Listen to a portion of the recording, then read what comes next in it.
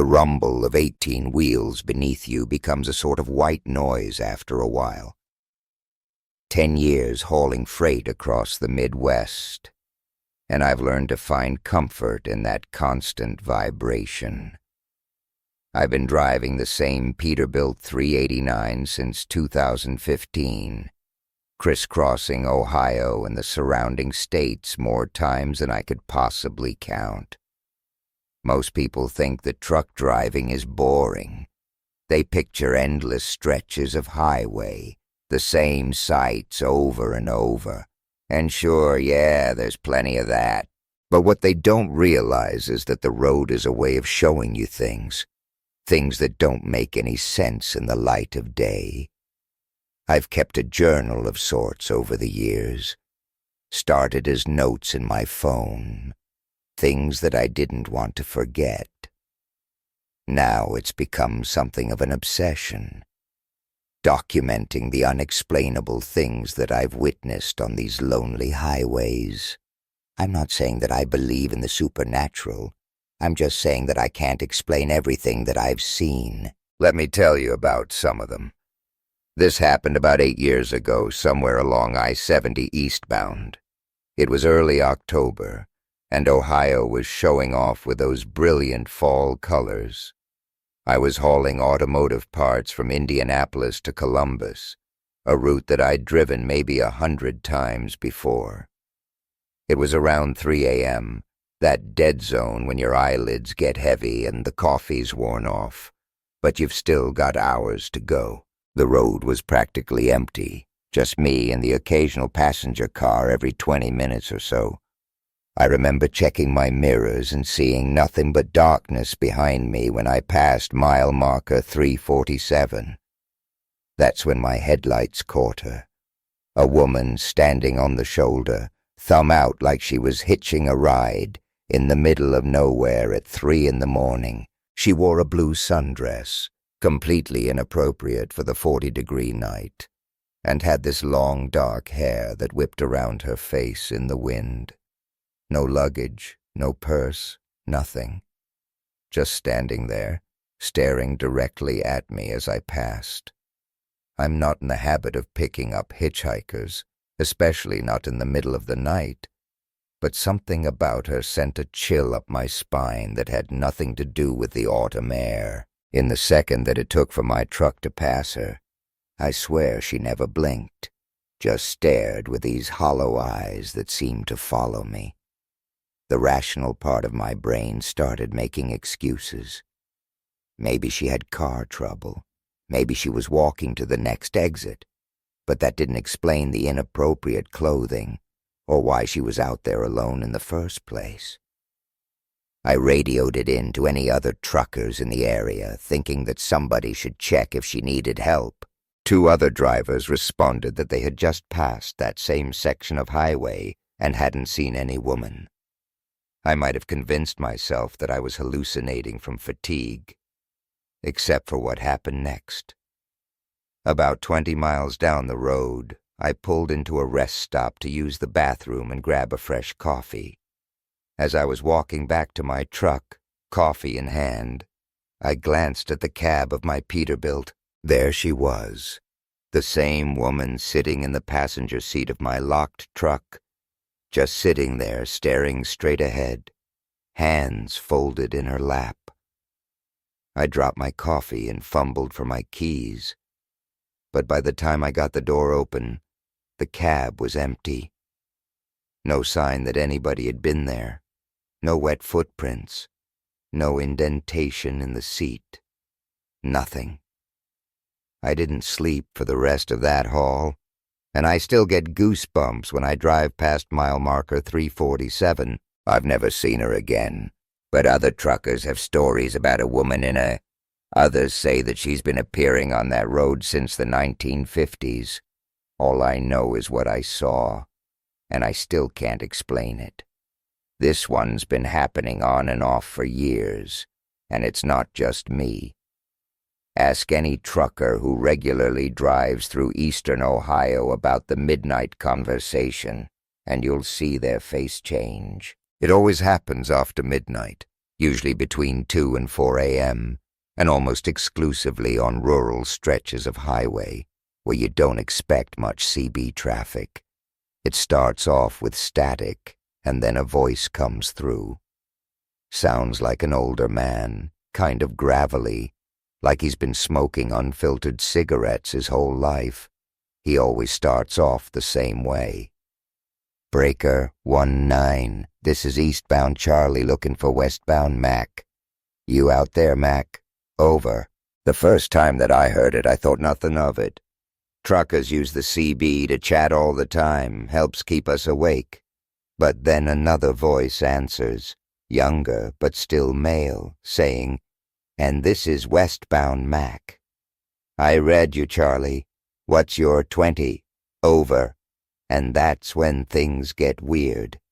They start having this conversation that sounds completely normal at first. Weather, road conditions, a usual trucker talk. But if you listen long enough, you realize they're talking about landmarks and highways that do not exist, towns that aren't on the map.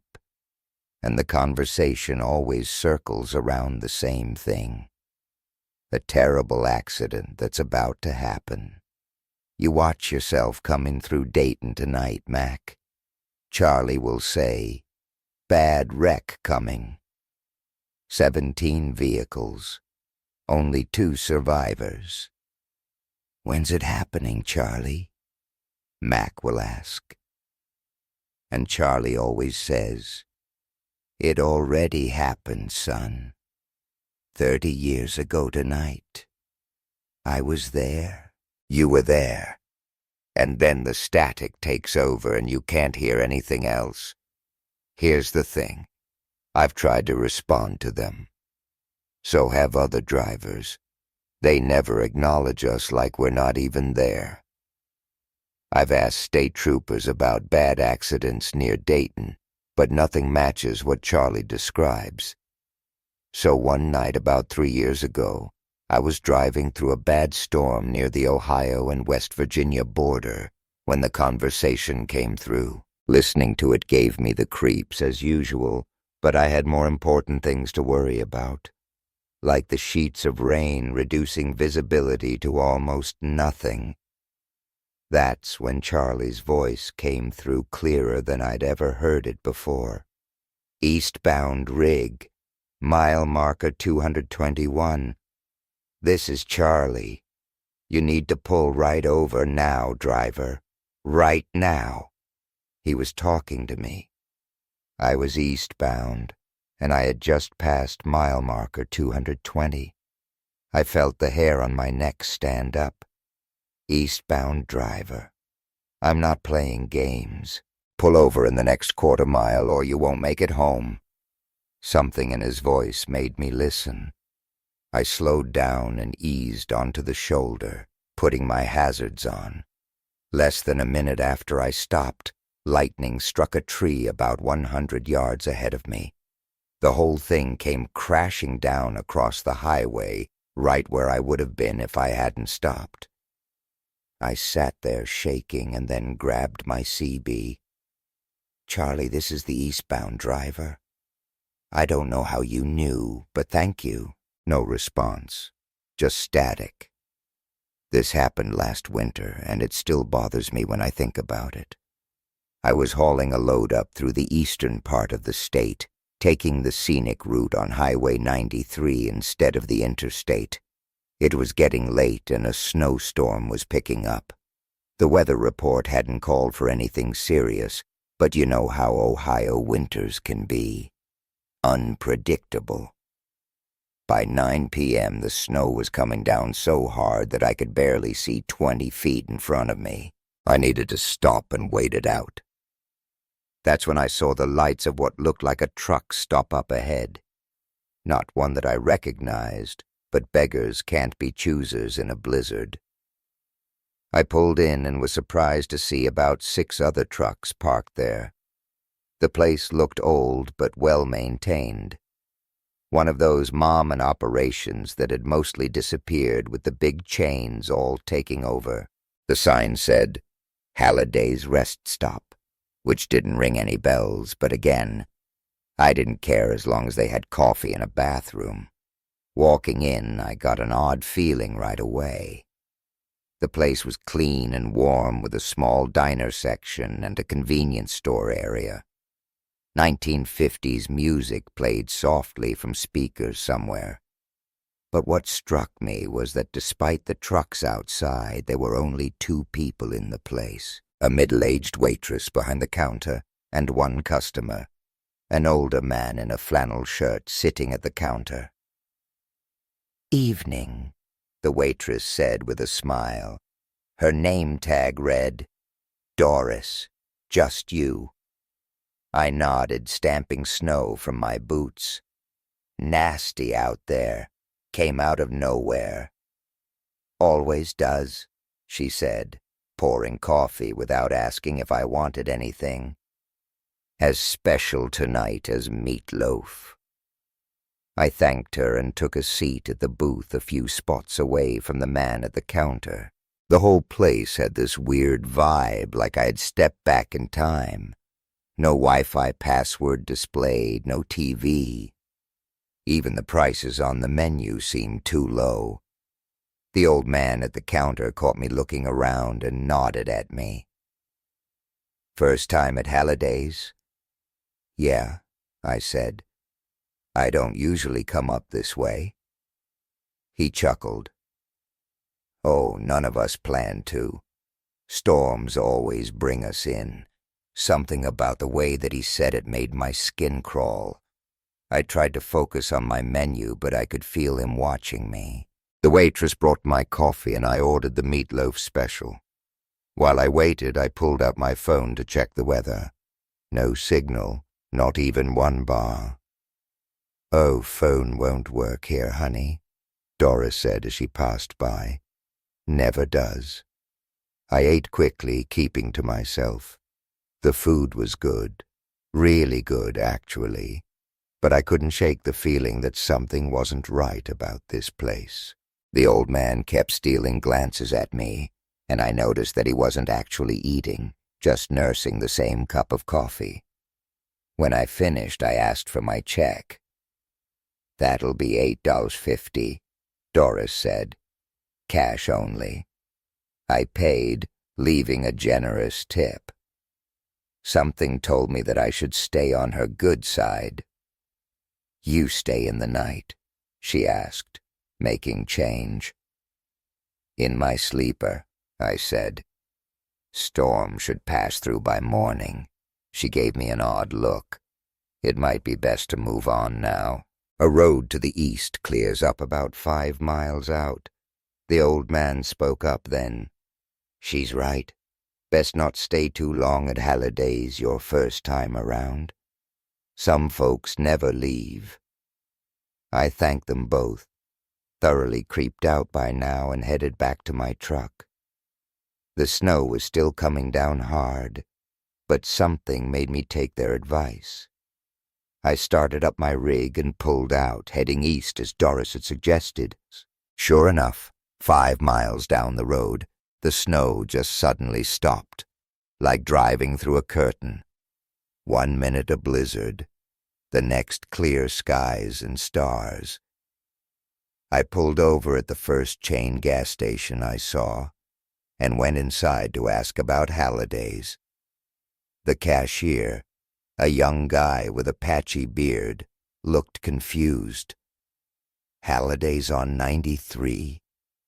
Man, that place burned down like 30 years ago. Old man Halliday and his wife died in the fire." "What?" I said. "That's impossible. I was just there. I had dinner. There were other trucks." He shrugged. "I don't know what to tell you. There's nothing there now but a concrete pad and some ruins. Been that way since before I was born." I didn't believe him. I got back in my truck the next morning and drove back that way in daylight. Found the turnoff where I had pulled in the night before.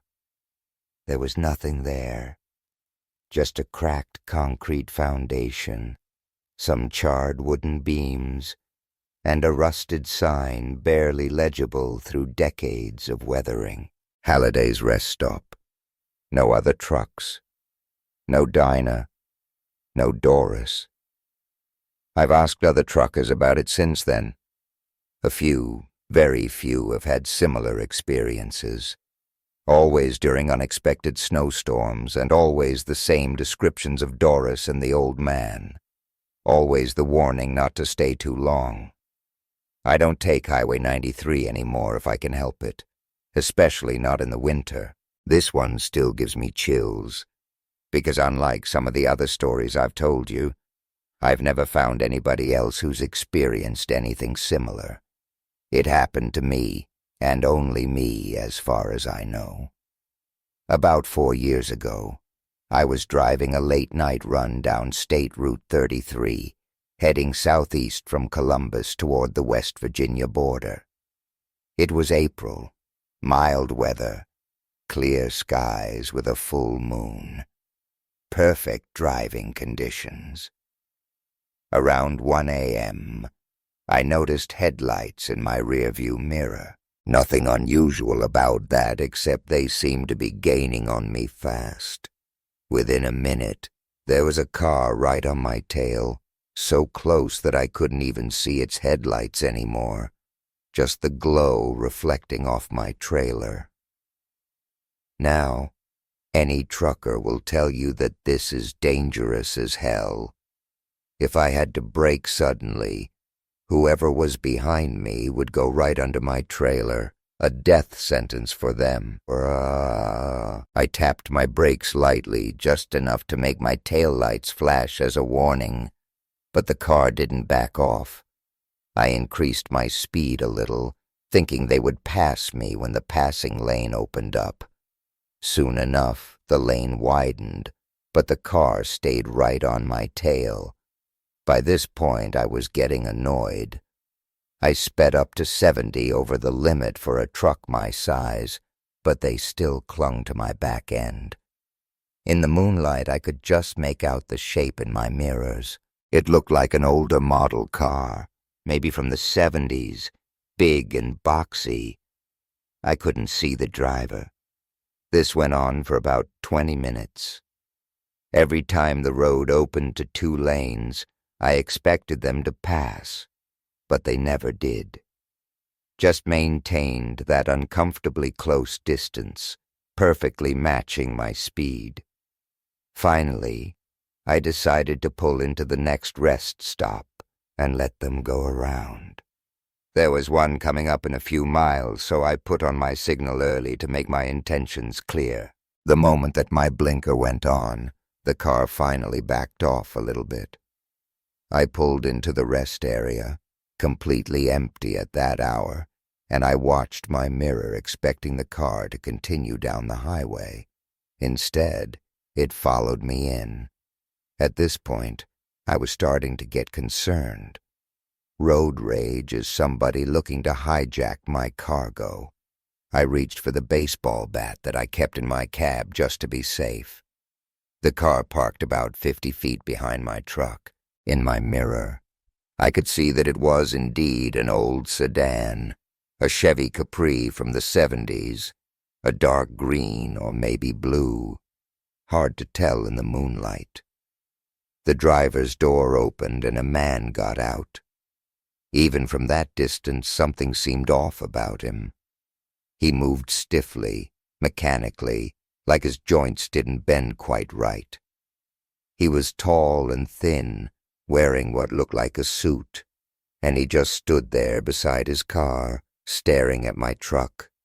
I wasn't about to get out and confront him. I decided to just pull back onto the highway and continue my route. I started my engine, but before I could put it into gear, my CB radio crackled alive. "Driver, this is a message for you," came a voice through the static. It was flat and motionless, with a slight metallic quality that didn't sound quite human. I hesitated and then picked up the handset. "Who is this?" "I've been following you, driver. the voice replied. My blood ran cold. What do you want? I asked, watching the figure in my mirror. He hadn't moved, still standing perfectly still beside his car. To warn you, you will reach a bridge in 17 miles. Do not cross it. What? Why? But no response came. The CB went silent. In my mirror, I watched as the man got back into his car with those same stiff, unnatural movements. He started his engine, backed up, and drove out of the rest area, continuing down Route 33. I sat there for a good 10 minutes, trying to process what had just happened. Part of me wanted to call the police, but what would I say? Some guy followed me, knew my name, and told me to not cross a bridge. They would think that I was drunk or high. Eventually, I pulled myself together and got back on the road. As I drove, I counted down the miles, a feeling of dread growing with each passing marker. Whatever bridge that he was talking about would be coming up soon. At mile 16, I saw it in the distance, a small bridge spanning a creek, nothing special. As I approached, I noticed something on the bridge, flashing lights. As I got closer, I could make out police cars and ambulances and a tow truck. I slowed down as I reached them. A state trooper waved me to a stop. What happened? I asked him, rolling down my window. Drunk driver crashed through the guardrail about an hour ago. Cars down in the creek. Still working on getting the body out. What kind of car? I asked, already knowing the answer somehow. An old Chevy Capri, I think. 70s model, dark blue. I thanked him and drove on, my hands shaking on the wheel. I've spent countless hours trying to figure out what had happened that night. The same car that followed me had already crashed and the driver was dead. Was I being warned by what? The driver's ghost? Some kind of anomaly? I've driven Route 33 many times since then. I've never seen that car again. Never heard that voice on my CB, but I always make sure to slow down when I get to that bridge, half expecting to see those headlights in my mirror again. When you've been driving trucks for as long as I have, you develop a kind of sixth sense about deliveries. You can tell when something's not right about a shipment. Maybe the paperwork seems off or the location doesn't match the type of cargo. 9 times out of 10, there's a simple explanation. But sometimes things just don't add up. This particular incident happened about 5 years ago in the middle of a brutal January cold snap. I was given a last-minute assignment to deliver a single shipping container to an address on Chestnut Hill Road, about 30 miles outside of Columbus. A few things struck me as odd right from the start. First, the paperwork was vague about the contents, just listed it as medical equipment. Second, the shipment was given priority status, meaning that I was to deliver it as soon as possible, regardless of regular hours. And third, the delivery location wasn't a hospital or medical facility. The address corresponded to what seemed to be an abandoned factory and that paid a premium for fast and discreet delivery, and that all the paperwork was in order. Times were tough for the company back then, and we had just lost a major contract, so I figured we were taking whatever jobs that we could get. I picked up the container from a nondescript warehouse in Cincinnati. It was sealed, which wasn't unusual, but what caught my attention was the weight of it. Far lighter than what you would expect for a container that size filled with medical equipment. I also noticed that it was refrigerated, maintaining a constant 34 degrees Fahrenheit. The drive started normally enough. It was around 9 p.m. when I set out. with an estimated arrival time of around midnight. The roads were relatively clear despite the recent snowfall, and I made good time heading northeast. About halfway through the journey, my truck's electronics started acting up.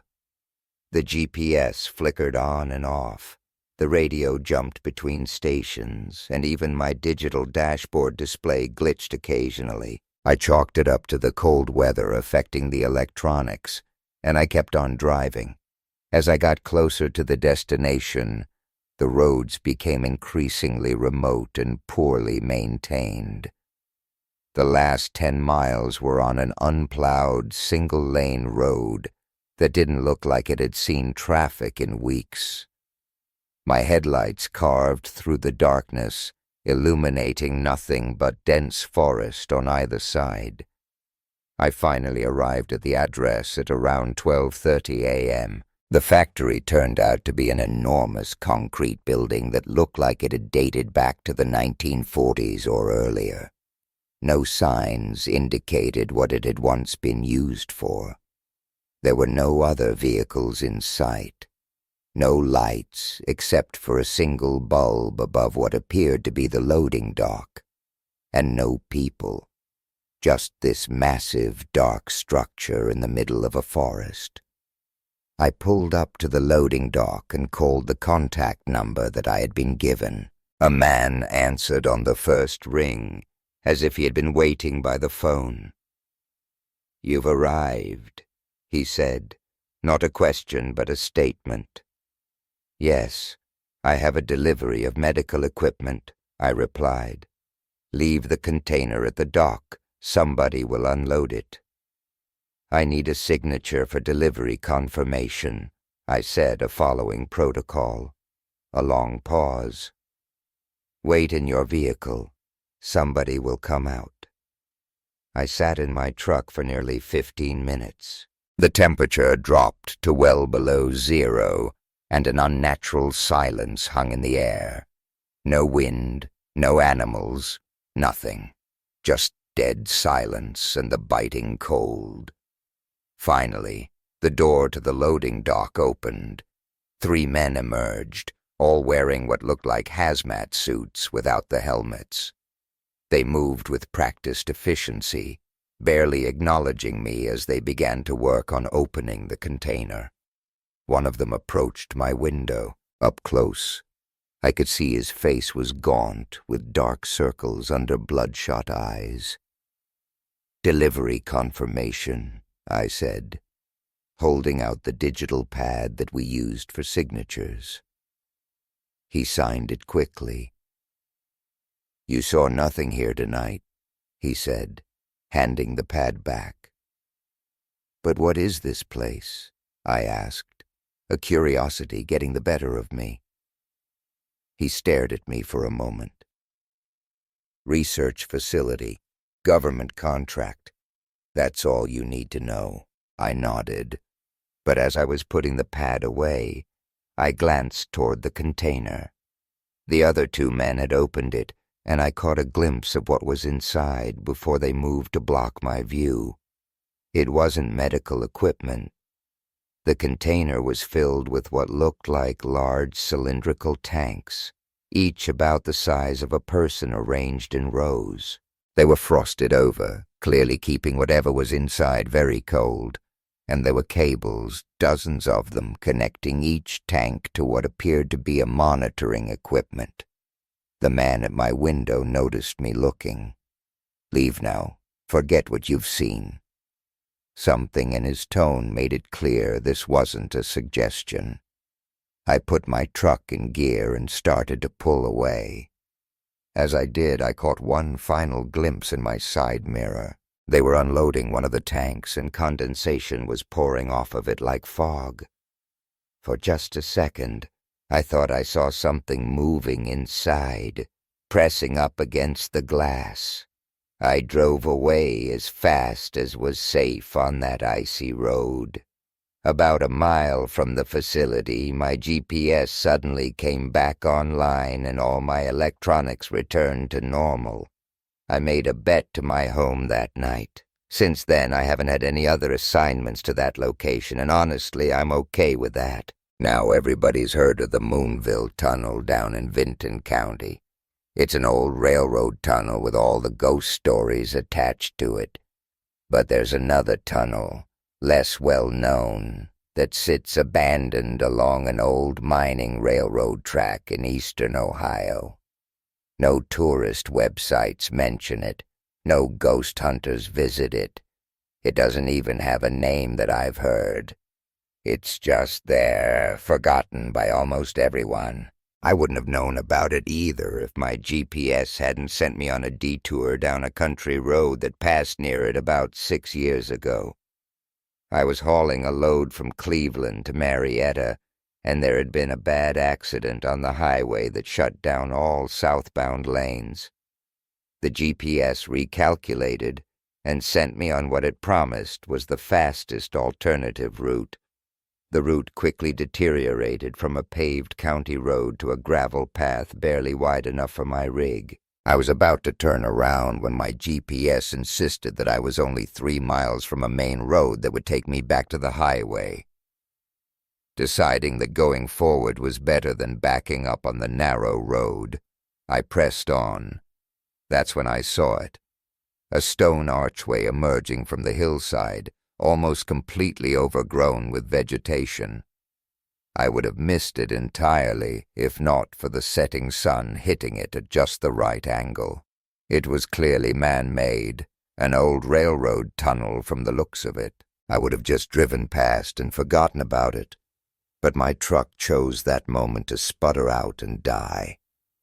The engine cut out completely without warning. I tried to restart it, but nothing happened. No response at all, like somebody had disconnected the battery. It was getting dark out, and I had no cell phone service out here. I decided to try walking to find a signal, thinking that I would head toward where the main road was supposed to be. I grabbed my flashlight, locked my truck, and I started walking. Something drew me toward the tunnel first. Professional curiosity, I told myself. I had never seen an abandoned tunnel up close before. As I approached, I could see that it was in bad shape. The stone archway was crumbling, and part of the tunnel appeared to have collapsed about 20 feet in. Railroad ties rotted on the ground, the steel rails long since removed. I shined my flashlight inside. Cool air flowed out, carrying a musty mineral smell. Nothing unusual for an old tunnel. I was about to turn away when I heard it. A voice, faint but distinct, coming from inside. "Help, please." I froze. It sounded like a child's voice. A young boy, maybe 8 or 10 years old. "Hello," I called out. "Who's there?" No response. I hesitated and then stepped into the tunnel entrance, my flashlight beam cutting through the darkness. The collapse that I had seen from outside had blocked about half the tunnel width, leaving a narrow passage along the right side. "Is somebody in here? Do you need help?" I called out louder this time. "Help me! I'm stuck!" The voice came again from somewhere behind the collapse. Every instinct told me to go back to my truck and wait for another vehicle to pass by. This was how horror movies started, but if there really was a kid trapped in there. I squeezed past the collapsed section, careful not to disturb any loose rocks. Beyond it, the tunnel continued for maybe another 100 feet, before ending in a solid wall of fallen stone and dirt. A complete cave-in. "Where are you at?" I called out, scanning the walls and floor with my flashlight. No sign of anyone. "I'm here, behind the wall." The voice was clearer now, definitely coming from beyond the cave-in. "They left me here." "Who left you?" "How long have you been in there?" I asked, approaching the wall of debris cautiously. They left me after the collapse. They couldn't reach me. A chill ran through me that had nothing to do with the cool air. This didn't feel right. I knew that I should leave. Whatever was happening here wasn't a child in immediate danger, but something kept me rooted to the spot. Curiosity, compassion, or maybe just the strange pull of the place. I don't think that I can help you. This collapse is massive. You can, the voice insisted, taking on an oddly persuasive tone that didn't sound childlike anymore. Just move a few rocks and make an opening. I can squeeze through a small space. I noticed something then that made my blood run cold. While the voice was talking about squeezing through, my flashlight beam caught movement in the wall of debris. The dirt between some of the rocks was shifting. It was bulging outward slightly, as if something on the other side was pressing against it. "What are you?" I whispered. The voice changed, dropping any pretense of being a child. It deeper with an unnatural resonance that seemed to vibrate through the stones themselves. "Somebody who has waited a very long time for company. Let me out. Let me ride with you, trucker. The things I could show you on the road at night." The bulging dirt moved again, more forcefully this time. Small stones shifted and fell away from the wall. Something dark began to seep through the spaces between the rocks. Not water or mud, but something that seemed to absorb the light from my flashlight rather than reflect it.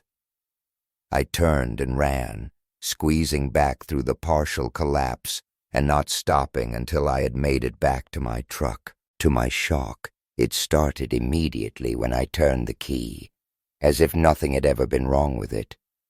As I pulled away, I glanced in my mirror. In the fading daylight, I could see a figure standing at the tunnel entrance, small, like a child from a distance, but its proportions were all wrong. It's too thin, arms were too long. It raised one elongated hand, as if waving goodbye. Most truck drivers in Ohio have had close calls with deer. They're everywhere, especially during rutting season when the bucks lose whatever sense of self-preservation they have. You get used to scanning the tree lines at dusk and dawn, watching for that telltale movement, the flash of eyes reflecting your headlights. What happened to me on Route 13 near Mansville was different, though. It was early November, peak season for deer vehicle collisions. I was hauling a load of paper products up to a distribution center, making good time despite the intermittent fog that had settled in the low-lying areas. The road there cuts through some pretty dense forest with steep embankments on either side in places. Not much room to maneuver if something runs out in front of you. Around 5:30 in the morning, just before sunrise, the fog had thickened considerably. I slowed down to about 45 miles per hour, high beams cutting through the murky gray as best they could. And that's when I saw it. A massive buck, standing right in the middle of my lane, maybe 50 yards ahead. I hit the brakes, not slamming them because that's asking for a jackknife, but firmly. The truck slowed and I laid on the horn, hoping to scare the animal out of the way. It didn't move. It just stood there, staring directly at my approaching truck. As I got closer, I could make out more details. It was the biggest white-tailed buck that I had ever seen, maybe a 14-pointer with a rack spread wider than my shoulders. But something was wrong with it. Even through the fog, I could see its hide wasn't the healthy brown that you would expect. It was patchy with areas that looked almost bare, like flesh without skin. I was down to about 30 miles per hour now, still closing distance and still blaring my horn. Any normal deer would have bolted long ago. This one did finally move. but not to run away. It lowered its head, pointing that massive rack of antlers directly at my truck, and it pawed at the ground like it was going to charge. I swerved, taking my rig halfway onto the shoulder. A dangerous move, but better than hitting something that size. As the cab of my truck passed the deer, I got a clear look at it through my side window. What I saw doesn't make sense even now. The deer's face wasn't a deer's face. I mean, not entirely. Parts of it looked almost human. The eyes especially spaced wrong in the wrong color. A deep reddish brown that caught the light from my headlights and seemed to glow from within. And its mouth. Deer don't have lips that can pull back into what I can only describe as a grin. I kept driving, shaken but telling myself that I had just seen a diseased animal, maybe suffering from chronic wasting disease or some other condition that affected its appearance and behavior. And then I checked my side mirror and saw it running after my truck. Not alongside the road, as you might expect from a startled deer, but directly behind me, in my lane, galloping at a speed that no deer should be capable of. I was back up to almost 50 mph at this point, and it was keeping pace. I watched, horrified as it gained on me. In the red glow of my taillights, its appearance seemed to shift, sometimes looking like a normal deer and sometimes like something else entirely, its proportions all wrong. The antlers, massive to begin with, looked even larger now, almost like branches of a tree spreading out in impossible directions. I floored it, pushing my rig as fast as I dared on the foggy road. For about a minute the deer kept pace, staying right behind my trailer, but then the road curved and I lost sight of it momentarily. When the road straightened out again, it was gone. I spent the rest of that drive white-knuckling the steering wheel, obsessively checking my mirrors every few seconds. I made it to the distribution center just as the sun was coming up, and I've never been so glad to see a loading dock in my life. I didn't tell anybody what I had seen. Who would believe me? A deer with a human face chasing a semi at highway speeds. I would sound insane, but I kept my eyes open for news reports or maybe somebody else that had seen it. Or maybe that there had been an accident involving a strange animal. Nothing. But over the next few months, I heard stories from other truckers, all in the same general area, all involving a deer that didn't look right, or acted strange. One driver described a buck that stood on its hind legs as his truck passed by. Another swore that he saw one with too many legs and moving through the forest like a spider. Local hunters tell stories too, if you get them talking after a few beers. They talk about deer they've tracked that left human-like footprints, about finding bucks with antlers so twisted that it isn't right, about hearing whispers from the tree line when field dressing their kills. In the years that have followed, I've heard from locals that they call that stretch of road Wendigo Road now. They say it's best not to drive it alone. I don't talk much about this one, but I will for you guys. Some things you just try to put behind you. File them away in that part of your brain labeled and don't open. But since I'm telling these stories, I might as well include the one that still wakes me up in a cold sweat some nights. 7 years ago, I was hauling a load of construction materials from Columbus to a site in Jackson, a smaller town in the southeastern part of the state. It was early March, and we had had a weird weather pattern. Warm enough to melt the snow during the day, and cold enough to freeze everything solid at night. Perfect conditions for black ice. I was ahead of schedule, due to arrive at around 3 a.m.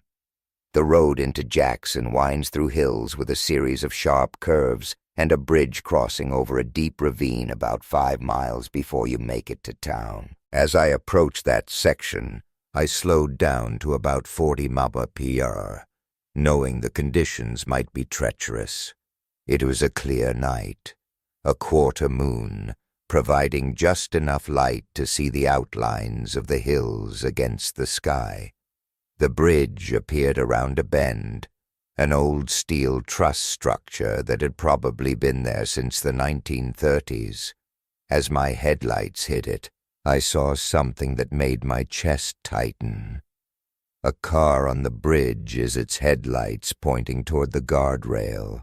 I immediately hit the brakes, pumping them to avoid locking up. My trailer started to fishtail slightly on the slick surface, but I managed to keep it under control. I was still about 100 yards from the bridge, slowing down rapidly. And that's when I saw the other headlights. Another car approaching the bridge from the opposite direction. I remember thinking, they're not going to see that stalled car in time. I laid on my horn, flashed my light, anything to warn the approaching driver, but it was too late. The oncoming car hit a patch of ice just before the bridge, skidded and slammed into the stalled vehicle at full speed. The impact sent both cars crashing through the guardrail. I managed to bring my rig to a stop about 50 feet from the bridge.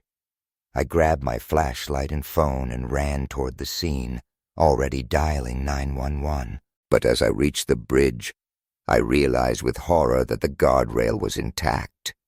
There were no cars, no sign of an accident at all. I stood there, confused and shaken. Had I imagined the whole thing? Was I more tired than I thought? The 911 operator answered, and I hesitated before telling her I thought that I had seen an accident but might have been mistaken. She took my information and said that she would send a deputy to check it out anyway. I waited on the bridge for about 20 minutes until a sheriff's deputy arrived. He got out of his cruiser, flashlight in hand. "You reported an accident?" he asked, scanning the bridge with his light. "I thought I saw 2 cars crash through the guardrail," I said, feeling foolish now. "But when I got here, there was nothing." He nodded, and not looking partially surprised. "Where exactly did you think you saw them go over?" I pointed to a section of the guardrail on the north side of the bridge. "Right there." One car was stopped sideways on the bridge and another one hit it. The deputy walked to the spot and shined his light down into the... And then he turned to me with an odd expression. "There is a car down there. Looks like it's been there a while, though. Probably not what you saw." My skin crawled. I joined him at the railing and peered down. Sure enough, about 40 feet below, I could make out the rusted remains of what looked like an older car half submerged in the creek bed. "That's been there since before my time," the deputy said. "Accident back in the 90s, I think. They recovered the bodies but couldn't get the car out without specialized equipment. Department decided it wasn't worth the expense. I stood there trying to process what I had seen or thought that I had seen." "Do you get many accidents on this bridge?" The deputy hesitated before answering. "More than our share. This bend ice up pretty bad in the winter. We've had 3 fatal crashes here in the past decade, all of them on March 7th, strangely enough. I felt a chill that had nothing to do with the night air." "What's today's date?" "March 7th, he replied, giving me a knowing look. You're not the first person to report seeing an accident here when there wasn't one. Happens just about every year on this date." He must have seen the color drain from my face because he added, "Local legend says it echoes of the first accident back in '63. That one was bad. Station wagon full of kids in the semi-truck. 7 fatalities in total." "The truck driver?" I asked, already knowing the answer somehow. "Only survivor," the deputy confirmed.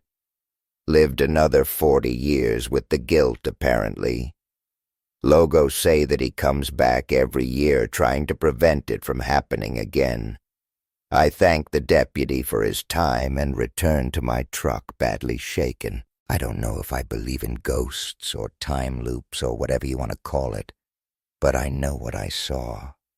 Those headlights, the impact, the cars going over the guardrail that showed no damage afterward. It was all as real as anything that I've ever seen. I completed my delivery in Jackson that night, and I've had trips through there since. I always take a different road now, adding an hour to my drive if need be. The locals think it's because of the curves and the ice. I'll let them think that. But every year on March 7th, I think about that bridge, and I wonder if some other driver is seeing those phantom headlights, hearing the crash that never happens in our time, feeling the helplessness of watching a tragedy you can't prevent. GPS is both a blessing and a curse for truck drivers. It can save your butt when you're trying to find an obscure delivery location, but it also can lead you straight into trouble. Low bridges, weight-restricted roads, or neighborhoods where an 18-wheeler has no business being. I learned to be skeptical of GPS directions early in my career, but even I couldn't have anticipated where it would lead me one foggy night in late October about 4 years ago. I was hauling a partial load from Zanesville to Cambridge, taking smaller states and county roads instead of doubling back to the interstate. It was around 10 p.m., and a happy fog had settled into the valleys, limiting visibility to maybe 30 feet in some places.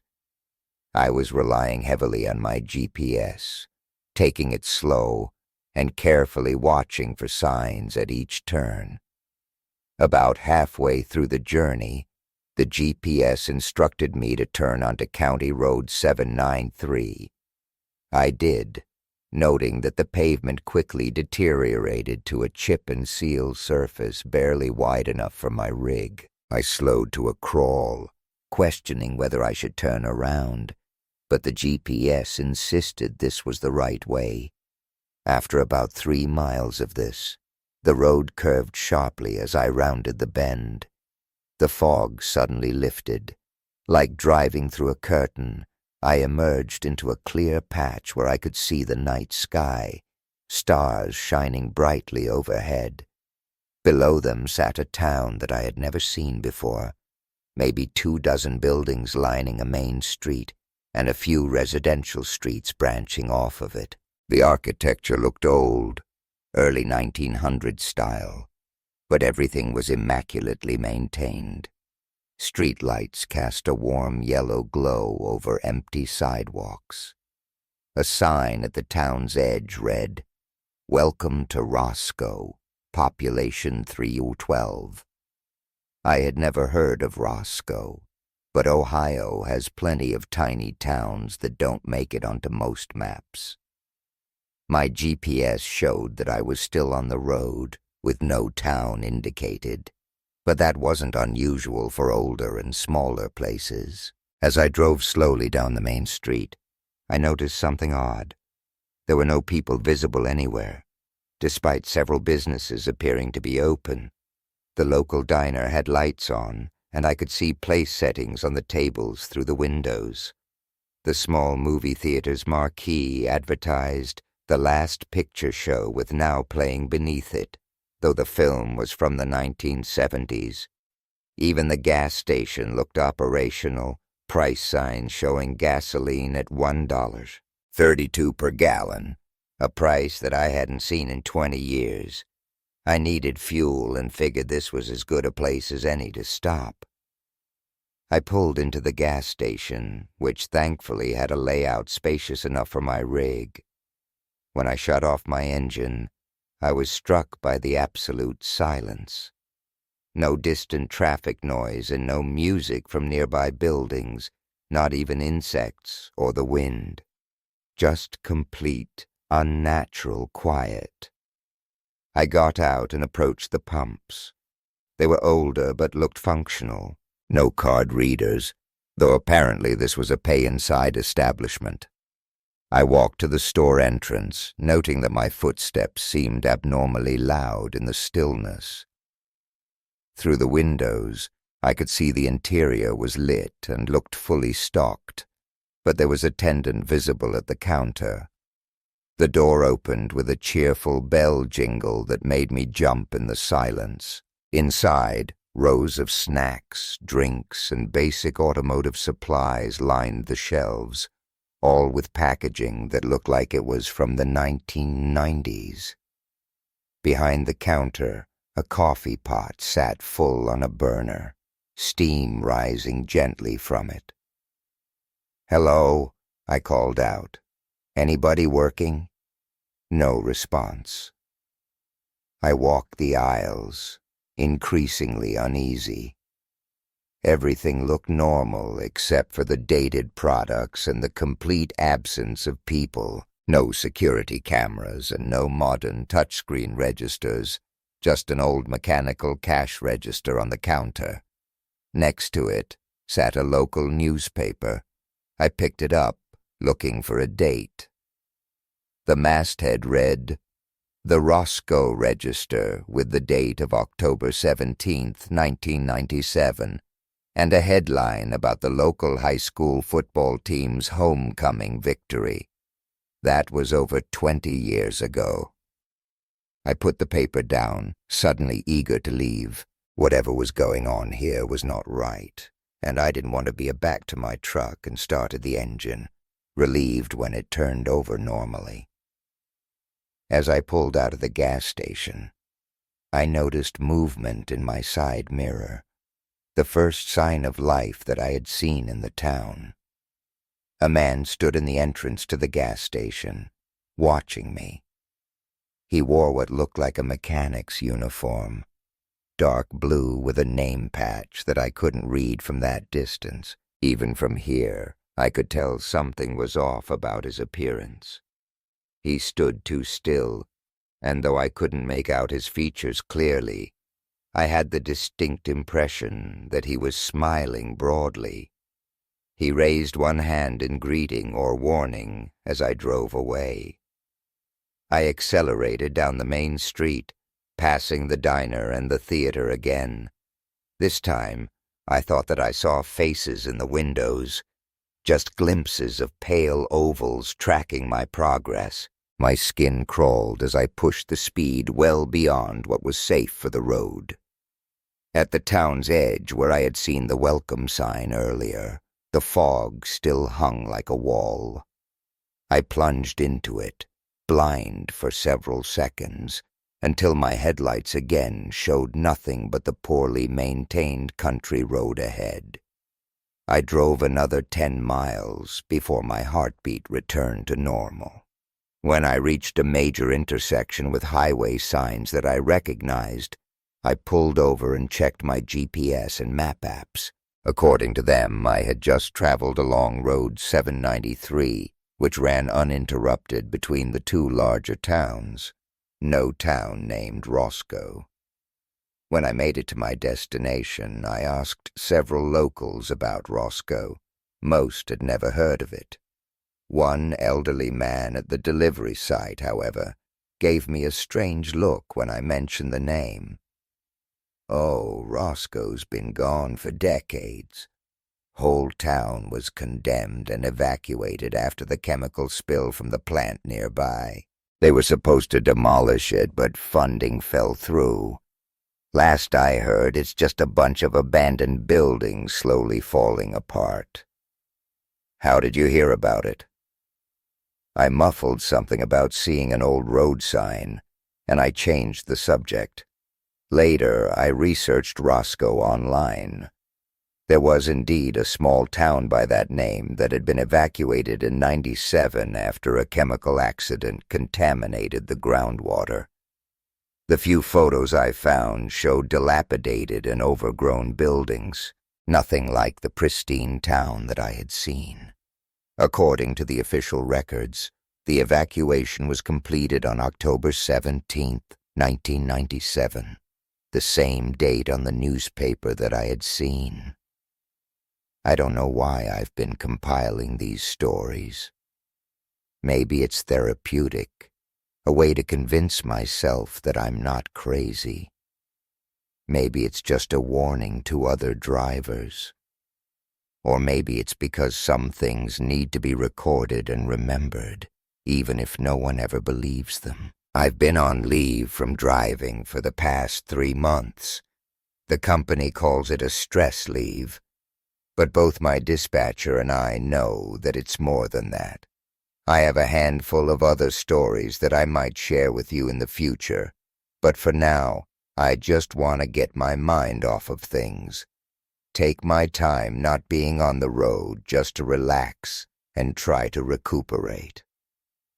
Thank you all for listening. Stay safe out there.